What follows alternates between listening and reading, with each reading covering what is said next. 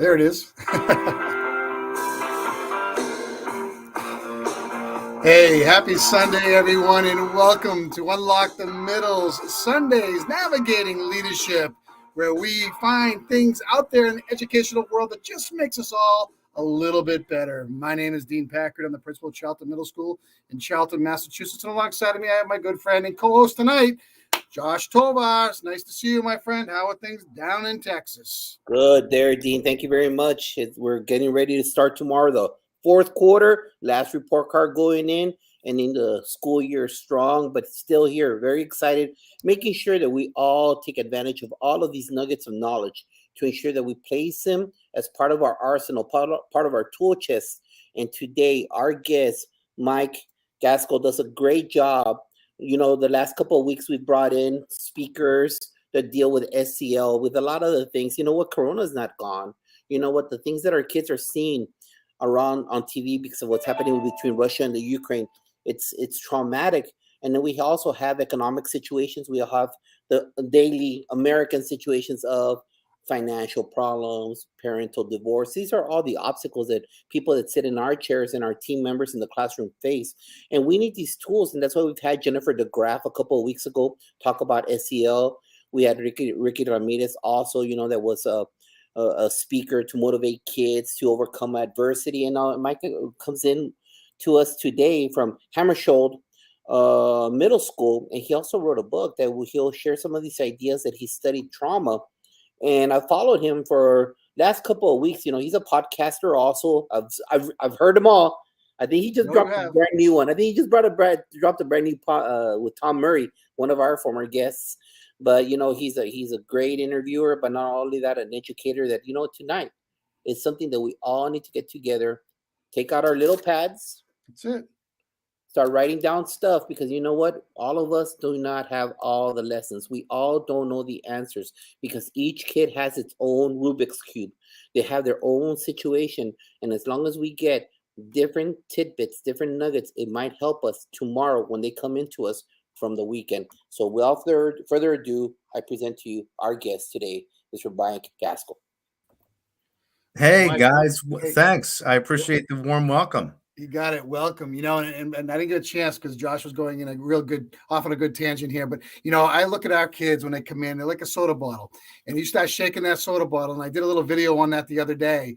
You know, I'm trying to tell kids not to sweat the small stuff. But, you know, you shake that bottle and guess what happens, man? The emotions just go bubbling over all over the place. And I don't expect kids between the ages of 8 and 16 to be able to handle emotional, you know, overdrive. None of us can. I know adults that can at the age of 50. So why are we expecting kids to be able to do that? So I'm going to stop for a second. Welcome to our show, Mike. It's great to have you here. Mike, why don't you give us a little background about yourself, where you're a principal right now, and kind of a lead into what you do, and you know how you get involved with this trauma section of the whole educational world. Yeah, absolutely. Thank you very much, Dean. And you know, and it's great to be here. Like I said, you know, I've been a principal for 16 years, and that's because I love it. Principal in New Jersey. The best landmark to give you is Central Jersey, right near Rutgers University. And it's a great school, and we've done a lot of things in that school that I was able to adapt to both what I added to my book, and then weave that around some research and you know, evidential support. But it's been a great ride. In addition to that, you mentioned the podcast. I do a podcast called Big Ideas in Small Windows. You can find it anywhere. That's mainly Apple and Spotify or Anchor. And you know, Big Ideas in Small Windows. Yeah, I just dropped an episode, like Josh said. He's become a loyal listener, and I appreciate it. And that was with your previous interviewee, you know, and Tom Murray, and great ASCD best-selling author and speaker. And he's got a lot of great stuff on equity. So I really want to tap his brain, and got to learn a lot from him. But that comes out every Sunday. I also have this book that I just published this fall called Leading Schools Through Trauma. And I think a lot of people might think that, oh, it was the pandemic, and Mike was thinking, what can I write about? Why not trauma? And quite honestly, I had pitched this to the publisher, Routledge Ion Education, prior to the pandemic, but boy, did it become so much more relevant. And, you mentioned some of the challenges in the soda bottle. I love the soda bottle analogy, and it's only been amplified. Students have only become, and adults, by the way, more traumatized and challenged. And it's been a tough ride these past couple of years. But the good news is we can look at history and research and some anecdotal experience as us veteran administrators here, as among many others, and use that to leverage how to help kids. So that's kind of a synopsis from me. So, Mike, I'm going to ask you a question right out of the chute right here. What does trauma in schools look like? You could probably define it through a multitude of a big lens, okay, because it looks different from all different angles. But from your estimation and your research and the book that you wrote, what would your definition be? And give us some examples of it. I think there's a lot of evidence wrapped around anxiety, stress, and distress, and you see kids who are coming in and they're having social emotional issues. You talked about SEL speakers in the past that you've had, and very prominently noticeable how kids have had to learn to be social beings again. They were in quarantine and sheltered away in many parts of our country, or most of our country, for such a long time, and now they have to reacclimate. And there's been this like vacillating, we're in school, we're hybrid, we're out of school, and it's this back and forth, and this lack of continuity definitely is going to throw kids off. So I think you're seeing a lot of, issues with anxiety would probably be one of the most obvious things. I'm almost amazed at just how anxious kids get over things that, I think in our generation, or my generation at least, I don't want to speak for you guys, we had to push through a lot of struggles, and it seems like they didn't get to experience those same, and it sounds odd saying this, but struggles, because once you get that experience, you actually learn how to deal with conflict and challenges and problem solve. And, even we're noticing, even at my school, the concepts of team and game competition they're having to relearn all this. And so you're seeing this almost emotionally stunted effect at the same time in a middle school like mine, where the kids are hitting puberty. So you've got like this perfect storm, and I think it just accelerates everything. So from there, we want to talk about, just certain ideas that, or we'll call it tools in an educator's toolbox that will help teachers kind of combat against these types of trauma issues when they come in.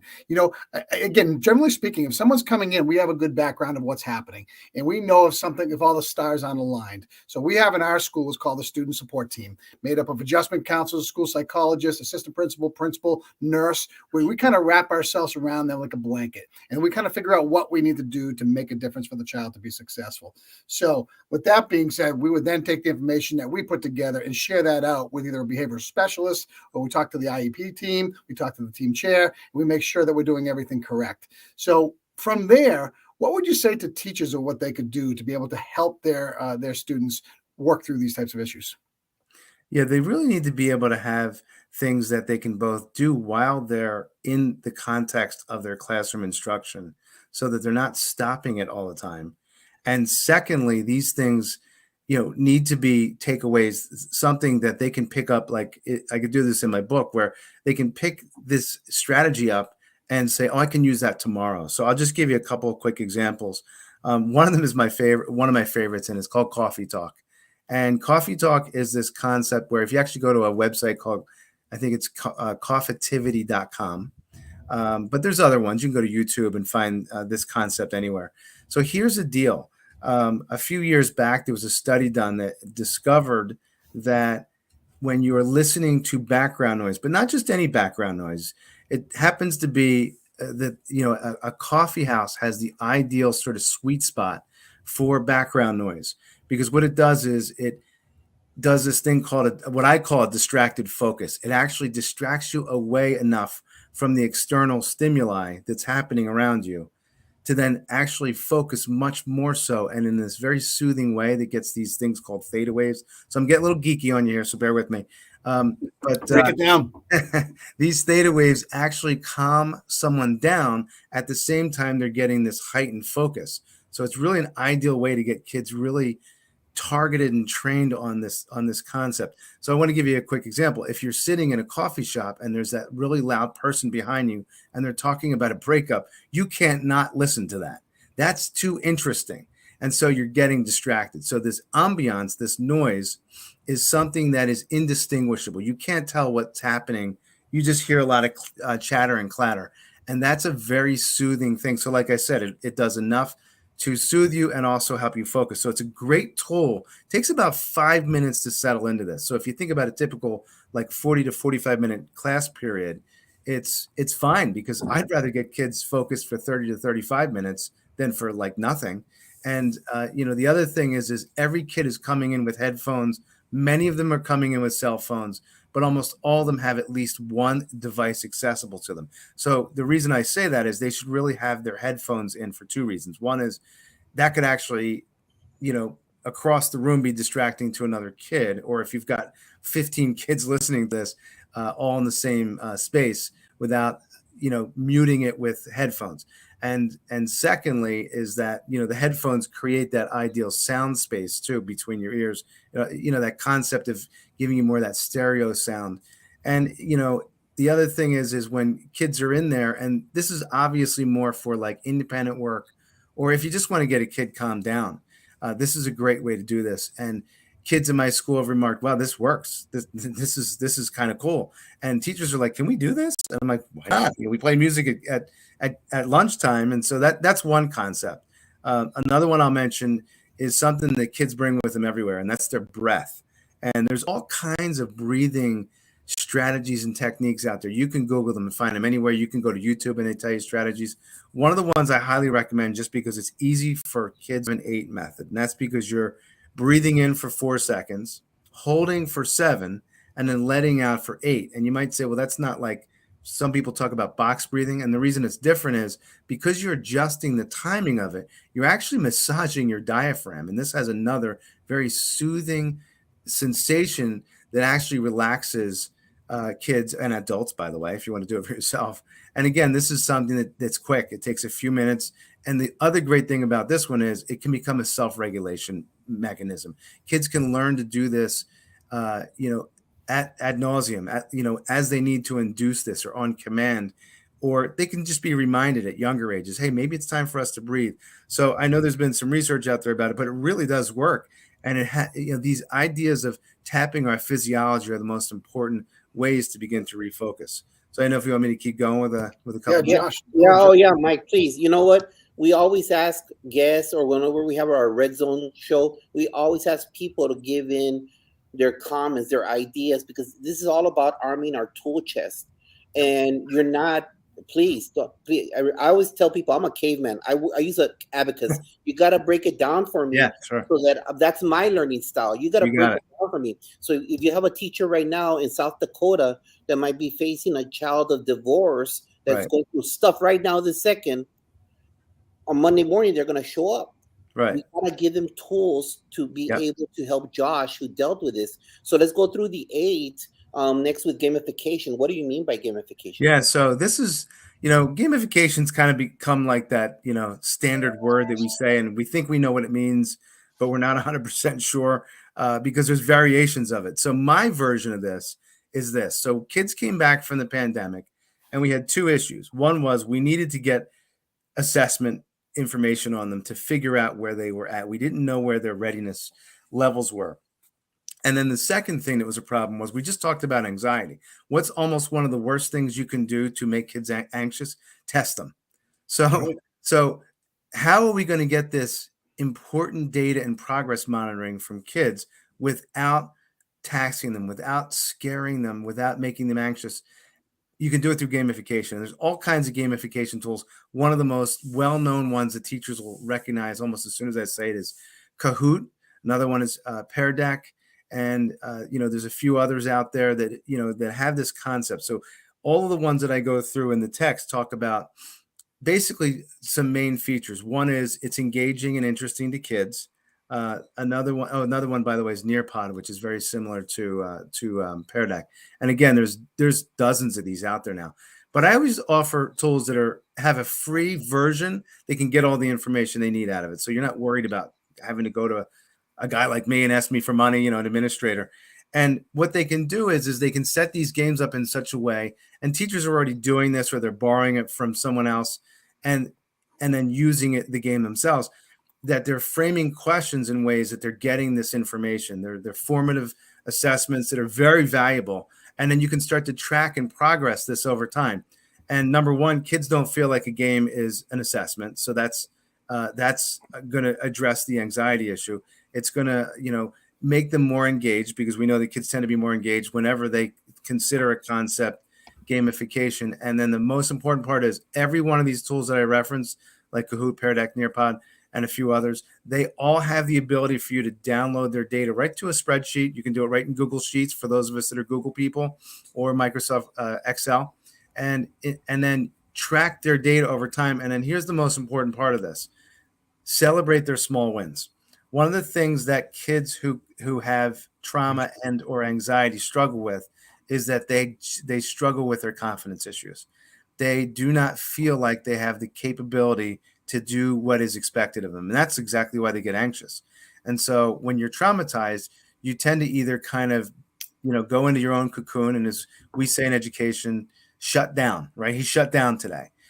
Or you tend to get very, extroverted and then get yourself into a lot of behavioral trouble, right? Or a little bit of both. And so you have this problem. But what we need to do is make sure that we're saying to kids, hey, did you notice that you answered 3 out of those 10 things right in September, and you just got 100% of them right in January? And so you can see your curve, and you can chart this, because that's easy to do nowadays on any online tool as well. You can go right in and say chart, scores, and then dump your spreadsheet in there. So I get into all this, like I said in the book, and I break it down, like Josh said, and I would never call you a caveman, Josh, but you called yourself that. So he's a greenhorn. Yeah. Martin already told him. Yeah. So I do try to break this down in simplicity, because, I'm a bit of a tech guy too. And so I have to teach this in a way that I'm teaching it to people who aren't as comfortable with technology, but realize the potential of something like gamification. So that's gamification in a nutshell. Oh yeah, go ahead. I'm sorry. No, the 2-minute intervention. Yeah. So this is the idea of, we all have moments and opportunities in our day and in our classrooms for the 2-minute intervention. I use it as an administrator in the cafeteria. For those of you that hate lunch duty, I love it. And I know I'm a little strange to say that, but it gives me an opportunity to get in there and sit down and talk to kids. And I sit right next to them, and I start asking about their day and what's going on with their life and how are they doing with this. And hey, did you guys win that baseball game? No kidding. That's awesome. I can't. So you're rooting for so-and-so. And just these very low key informal conversations in a classroom that looks like typically happening at a conferencing table, or the teacher may have a system where they go up, and take a knee next to a kid and they're talking them through things.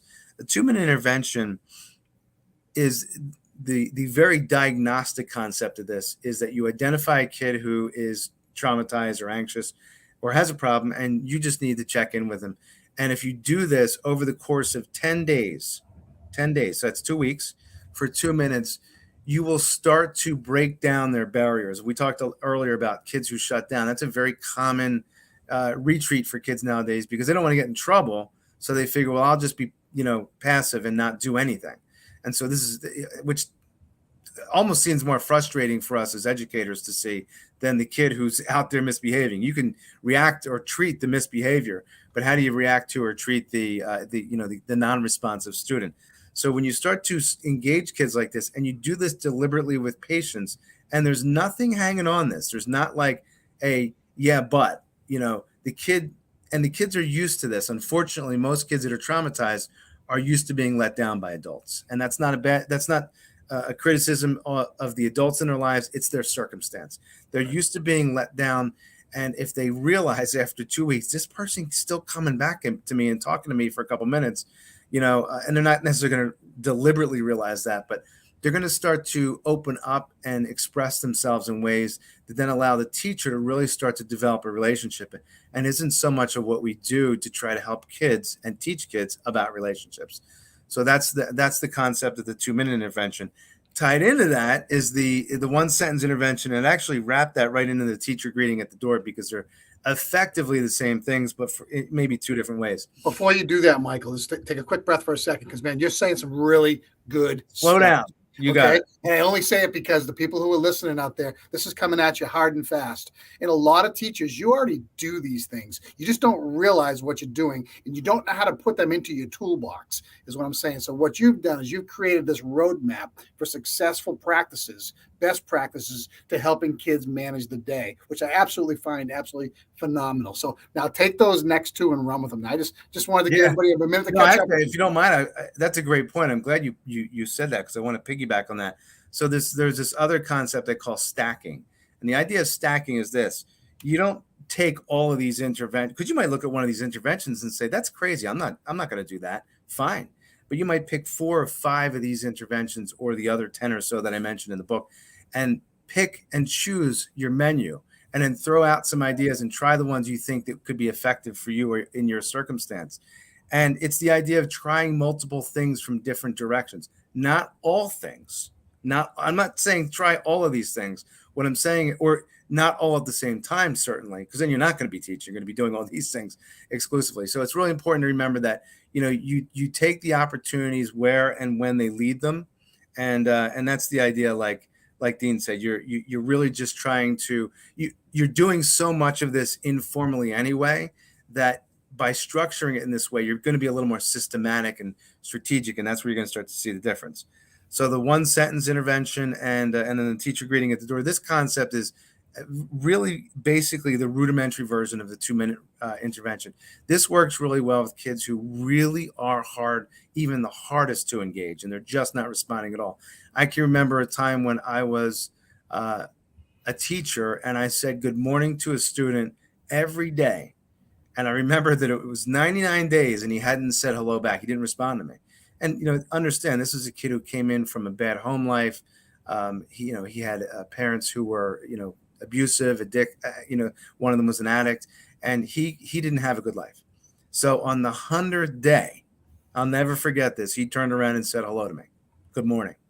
And I couldn't believe it. But I realized, again, what I said before, the kids who are going to be oftentimes most traumatized are also going to be, the most protective of themselves. Yep. And their way to protect themselves is not to get close to an adult. So that's really what the essence of many of the problem behaviors are. We think, man, this kid's a pain in the neck or whatever. But in reality, they've got so much going on at home. And we more or less know that with most of these kids. But I think if you look at it from this lens, it will really help you to respect and understand that.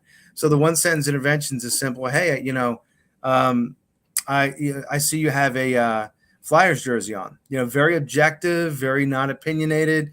And then the next day say, oh, I see that you got here from lunch or you had recess just now. So there's these constant comments. And then eventually the logic is they start turning and responding to you back. It might happen sooner with some than others and later than others. And you may take 100 days like I did, but you'll get there. And then the same idea, but from kind of a slightly different lens with teacher greeting at the door. So there was this really cool study that was done a few years back where they actually had a class of behaviorally disabled kids, which is a terrible name, but that was the classification that for some reason archaically we used in New Jersey up until just a few years ago. So this was a class where they had behaviorally challenged kids, and these kids, all they did to try to see if they could increase engagement, they did nothing different but change the fact that the teacher stood at the door and greeted them effectively with a 1-sentence intervention, and then started doing things like handshakes. We've seen this kind of cool stuff on, YouTube, where kids they're doing all kinds of fancy stuff at the door. And the concept about this is, again, very micro moments of relationship building, that you're taking these opportunities to be building relationships right at the door with every child. And this starts to turn the tables. So what happened was there was this massive improvement from 45% engagement. Now, this is a behaviorally challenged class, not a class of regular performing students. And 45% jumped to 73% just because of this one differential intervention. And it was the teacher greeting at the door. So I always share that one because it's like, wow, that could be done with some of the kids who have some of the greatest challenges. Like, what if we did that for everybody? And so again, like Dean said, a lot of us are doing this sometimes, some ways, but if you think more strategically about it, you might see or notice a difference, especially if you're very deliberate. The next one is story therapy. Story therapy is really cool because story therapy is this idea. So think about it like this. All teachers are storytellers, every one of us. We may not realize that, but we are. We are constantly sharing, information with kids that's interesting, that interests them. And in fact, you can leverage this to help inspire them. And we've, again, like Dean said, we've done this. You've done this at times, but you should know how much more powerful it is than you may have realized. So what happens when you tell a very powerful story is you're actually engaging kids so strongly that the neurons, the brain patterns in their the neurons in their brain are mirroring yours. So they're almost living vicariously through the storyteller. That's how amazingly powerful storytelling is. So when you're using things like storytelling, you can do it in a very specific way. And in the book, I refer to a very specific, very particular resource that has you doing storytelling that is inspirational, motivating. A lot of times stories like, how did the underdog overcome this? These are things that kids who may never think they have a chance need to see and hear. And when they hear a story, we also know that story is much more memorable than just sharing facts or lecturing. We know that when we teach anything through story, that we remember stories. I remember stories from when I was a kid, 30, 40 years ago. And so that's amazing. And so kids can latch onto these stories. That's the way our brains are designed. They're designed not to just collect boring facts, but they're designed to hear enriching stories that can, like I said, your brain patterns are actually matching that of the storyteller. So it's really kind of neat stuff in that sense. Should I keep going still? Keep going. You're on fire. All right. Go. Last one I have here is, and this one kind of ties in a story, but it actually becomes one of those more self-regulation mechanisms. So this is when you've tried some of these other things and you're starting to see some progress, and you want kids to start using some self-regulation, much like I talked about with the breathing exercises. So teaching self-talk skills. So here's something really cool. There was a study done that found that when you as an individual are talking about yourself in the third person, which I know sounds kind of weird, but when you practice that, you become much more objective about yourself rather than subjective. Unfortunately, we as human beings, especially traumatized individuals who have confidence issues, tend to be very hard on ourselves. In fact, much harder on ourselves than we are on other people. We don't believe in ourselves as much and things like that. So I often say to kids, would you be this hard on a friend as you are on yourself? And they're like, of course I wouldn't do that. And then I often say, well, then why are you doing it to yourself? So when they start saying, Mike had a rough day today, but he's going to be okay later because he was just on this great, podcast, and things like that, you can actually start to shift your own mindset. So and this again is a more deliberate instructional method, it's well worth it.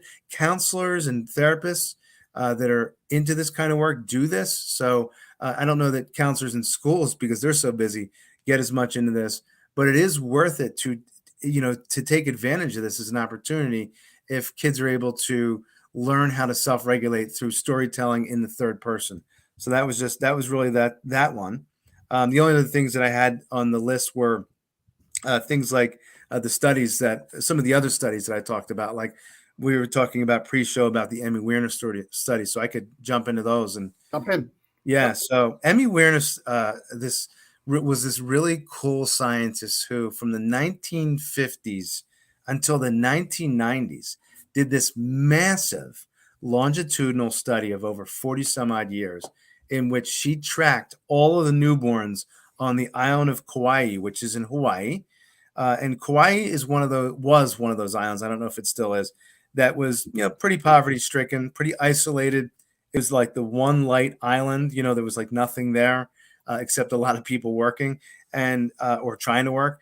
And unfortunately, because of that, you had this high rate of, poverty, which then, of course, we know with socioeconomic status tends to associate kids with being more at risk because their surroundings are not as enriching. So what happened was about 800 kids were born this one year in the 1950s. And from that point on, she tracked them to the 90s. And about a third of the kids were identified as at risk, which is a high number. But again, for that island, it was not at that time. Among that third, about 80 of that 200 and some odd, so about another third, demonstrated remarkable post-traumatic growth 40 years later when she tracked them all the way through. And what she was able to identify was basically 3 protective factors that we can actually use in school. That's what's really cool about this. So the first one is they had to have a positive adult in their life that was not their parent, because in almost every case, their parent was either not a positive adult or was not around. And that could be somebody like a coach, somebody that they trust, a big brother, big sister, or it could be, a teacher. So somebody that they can really lean on, that they can trust. That's why mentoring programs are they're resource heavy, but they're so worth it. They're so worth it because if you can get teachers to be mentors, they can really make a powerful connection with kids, especially as positive role models. The second part of that was the second protective factor was a strong affiliation with an organization. So organizations included things like being in the local YMCA, belonging to a church affiliation, belonging to a team, playing on a football team or a sports team or whatever, and having that affiliation. So there's tons of programs in schools that can bring kids in. And I don't just mean teams and things like that. They can be, groups, they can be, LGBTQ, anything that helps them connect. That is an organization can be a positive influence. And then the third protective factor that was identified in all of these 80 some odd kids was that they had this natural inborn resilience. So on that one, you might say, well, that doesn't help us because now you just told us 2 that could work, but 1 that can't. But actually that's wrong, because we know from research that you can teach resilience, and knowing that you can teach that, you can help kids master that third protective factor. So if we're combining, and that's why you see all of these interventions I'm talking about kind of wrapped around all this, right? And some of the other things I get into.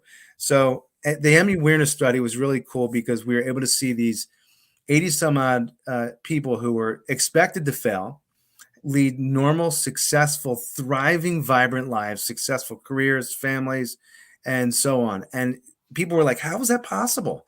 And what's so interesting about that is it's really something that continues to repeat in history over and over again. If you think about many of the kids from Katrina, which was the devastating hurricane, one of the earlier ones in New Orleans, it was expected that those kids that were out of school for a couple of years, which is an interesting comparison to what we talked about recently here. And those kids were able to many of those kids were able to demonstrate remarkable success later on in life, as they're now basically young adults to almost middle age, approaching middle age. And so those kids were really able to do some amazing things. And, then I always go back to another pretty obvious example, which is the Holocaust. Many of the Holocaust survivors were expected to be institutionalized after the horrors that they had seen for so long with the Nazi Germany movement. And in fact, most of them went on to lead very successful lives, moved to places like the United States, opened businesses, and just were extremely successful. So you see all of these instances in history where, yes, trauma is tough. And yes, in many cases, kids fail because of it or become unsuccessful adults. But if we know and are able to harness some of these ideas, we can actually minimize that impact on most of the kids most of the time. And one of the things I always say to you is we're not going to get every kid. See, this is the hardest part for teachers, because teachers, by nature of who they are, they love kids and they want every kid. They want to save every kid. Yep. But we're not going to save every kid. And I'm like the administrator that's being very neutral about this and objective. But I can tell you that even though we can't save every kid, we can save many of them most of the time. And that's a lot better than less. So that's my analogy to that try to help teachers get their arms around, okay, I'm not going to save every kid, but if I see growth, if I see improvement for most, it's worth it. And systemic best practices throughout every classroom at every grade level make the biggest difference within a district, not only just a school, but within a district. And you're creating a culture and a learning community where everyone feels connected. And if you think about that as the end goal, there are so many action steps that you can put in between there. And you've gone through so many of them today. Yeah, I kind of threw a lot at you. I'm sorry. No, I mean, I'm sitting here and I've been in administration now, for 20 years. And I'm as good as I am because of my student support team around me and my staff. And they're Absolutely. very good at recognizing, a student who's just unbalanced. And they're very quick to be able to say, okay, what do we need to do collectively to make this child have a better day? And I love that about where I work. And it's a really good thing. Switching gears for a second, and I know there's a couple more case studies that you can talk about in a moment, Yeah, but let's talk about the individual that reached out to us today. And, it doesn't matter where they're from. Let's just say that there was a school where a young girl was, traumatized before even coming to school, lost her father at a young age. COVID hit, early elementary level education. Unfortunately, she was living, or fortunately, she was with the mother, but she had some issues that the mother was dealing with. The mother ended up dying in regards when the child was with her, and the child was with her for about 10 days while she was deceased. And then police came and foster care came and threw her into school. And they expected her to begin to learn math, ELA, social studies, and science, just like that. And unfortunately, this individual who reached out, I had a great conversation with her. She was just, distraught because of the fact that not being able to recognize that a child can't just come back in and matriculate into an organized system of learning with that type of trauma. So backing this up a little bit, Mike, and with your expertise and what what could have been done differently in regards to helping that child, at least make slow progressional growth? Yeah. So the kid's in survival mode to begin with. So we can't just say, oh, by the way, we're going to give you that state standardized test while you're returning to school, and just try your best. You'll be fine.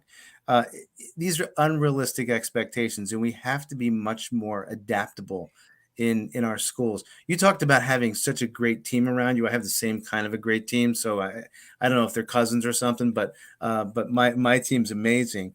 And they, tend to swarm a kid like this. When we have a new kid to the district, and I can remember this during the Arab Spring when we had many kids moving from the Middle East a few years back, and some of them had never been in a formal classroom.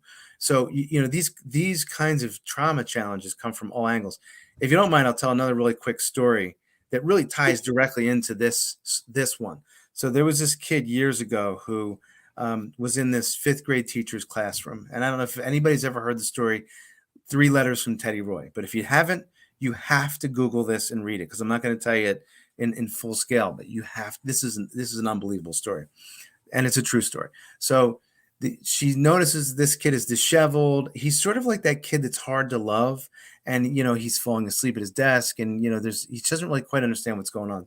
So she starts doing a little research on him, and she finds out that in first grade, he was a likable, kid who everybody really enjoyed and, was doing well. In second grade, he was kind of having a hard time. In third grade, he really seemed to fall off the edge. And in fourth grade, so in third grade, his mother was very sick, and in fourth grade, his mother died.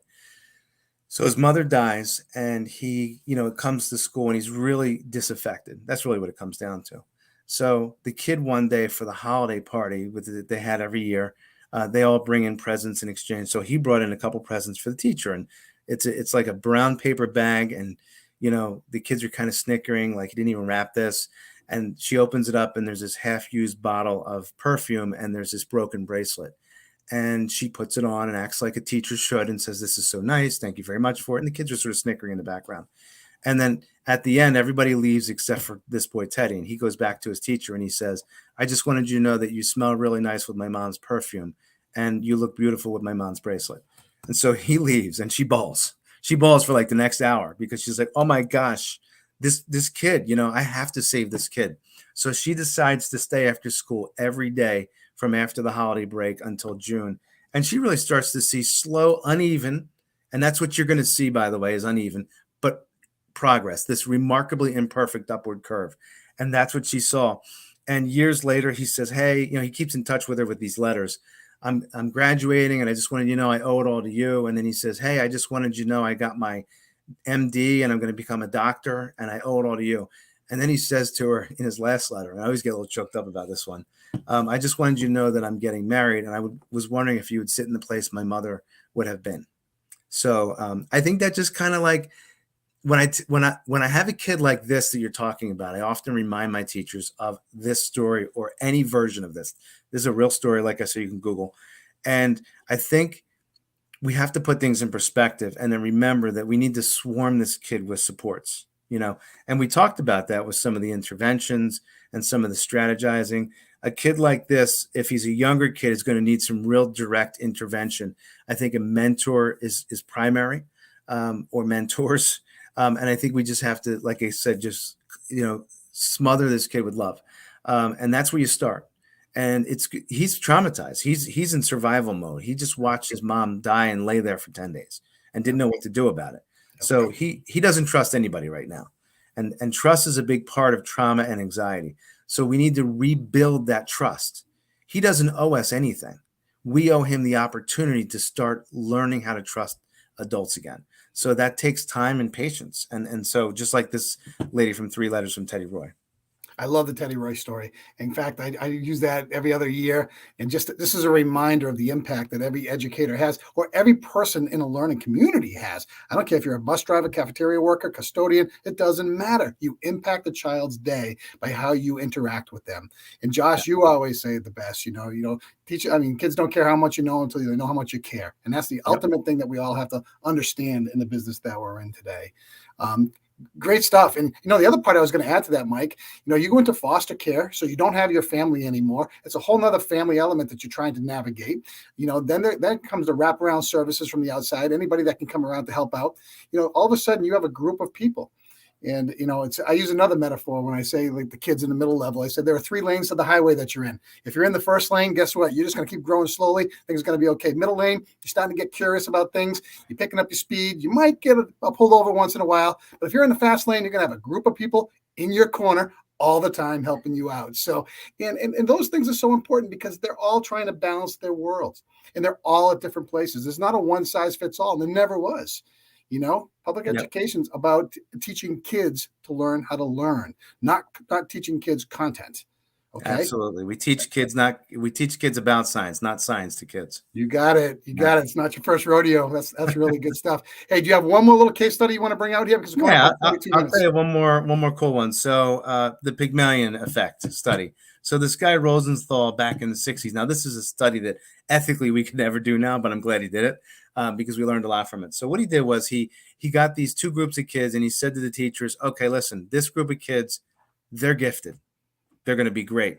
You're going to love them. And this group of kids, they're okay. They're kind of mediocre. Do your best with them.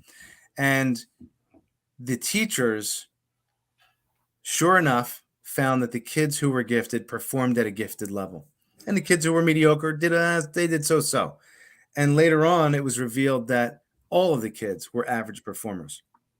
So what does that tell us? That tells us that a lot of what we do in terms of expectation tells us that we can bring kids up, or we can let them stay here, or worse, even go down, and that we have a lot of power in our expectation.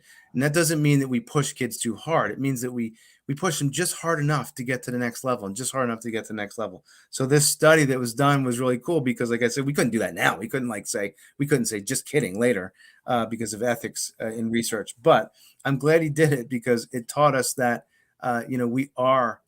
and it's this Pygmalion effect is what it's called, which is, if you treat kids as you expect them to be, that's how they'll perform.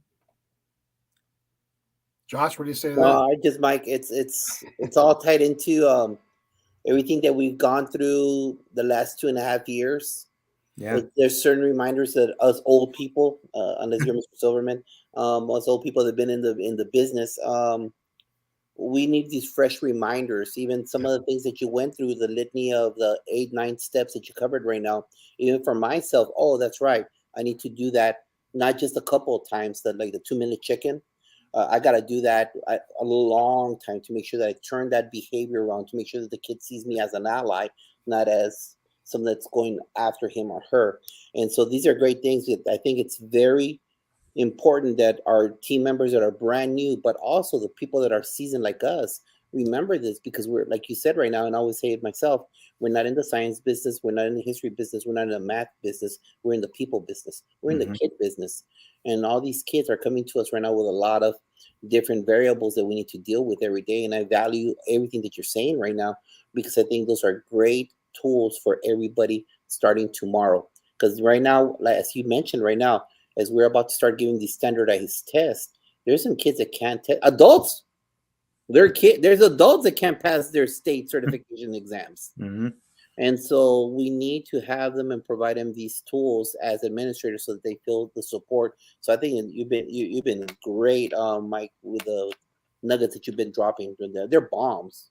They're all bombs.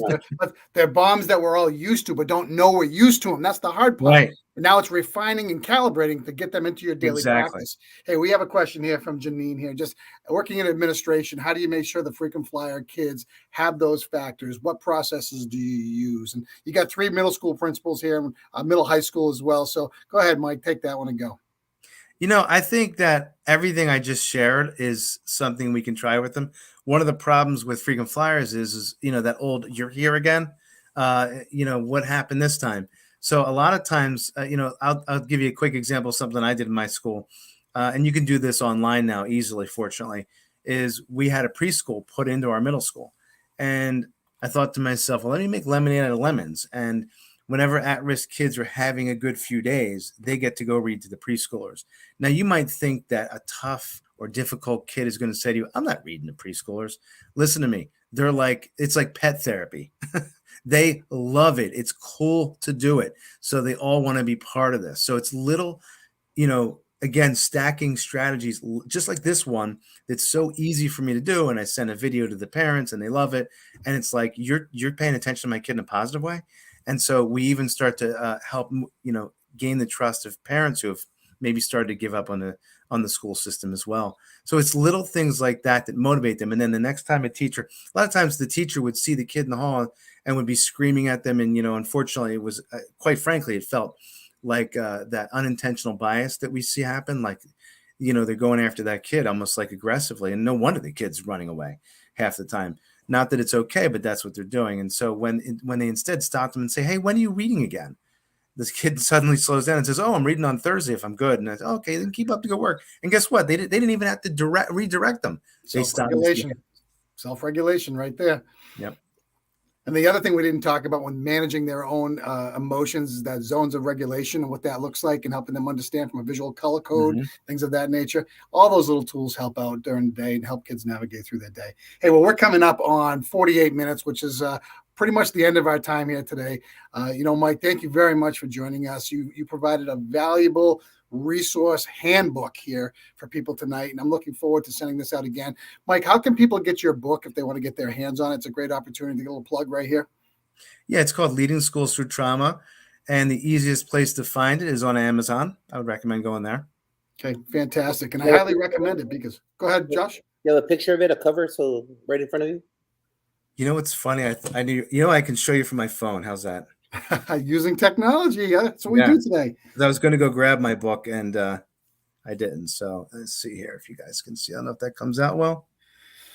No, that's the wrong thing. Yeah. I was looking at that like that doesn't look like it. Good catch. It's coming in. It takes a minute, and there it is. Yes, we can see it right there. Leading Schools Through Trauma. Well, I'll tell you what we can do is we'll put a link on this to the Amazon for you when we send this out again. That might be a good thing to do. There you go. There's the cover. Yeah. Well, again, it's at the root of everything that we do, Mike. So your words of wisdom today were much appreciated, and we really, really appreciate your time and joining us. Josh, why don't you take us home, man? Thank you, Mike. I mean, great knowledge dropped to us. I mean, I think we're prepared. I'm prepared for the fourth quarter tomorrow, and it's been a pleasure having you here. Follow him if you don't follow him. If you came in late to the show, follow his podcast. He has great leaders there. Great DDP. Great stuff there also. Great. My brother-in-law. You hooked me in with that. But you know what? I wish everybody a great start of the week next week. I don't know if it's the start of the fourth quarter for you or not. I wish everybody the best. But you know what? Let's keep on taking care of our kids, the future of our nation, the future of our country. Love them, appreciate them. And you know what? They'll walk on fire for you. If they feel loved and appreciated, they'll do anything and they'll hit a home run for you. In the classroom, out of the classroom, whatever it is to go read to those little kids. But in the end, it's about making those connections with the kids. So we hope you had a great weekend. We hope you're ready for another week of success at your school. Mike, Dean, Josh, we wish you the best. And remember, on Thursday, we have the Red Zone. Join us on Thursday for the Red Zone, 9 p.m. Eastern time. Join us for the roundtable. Thank you, everybody, and have a fabulous week. Start of the week, Monday. Keep cultivating those relationships. Kids deserve it.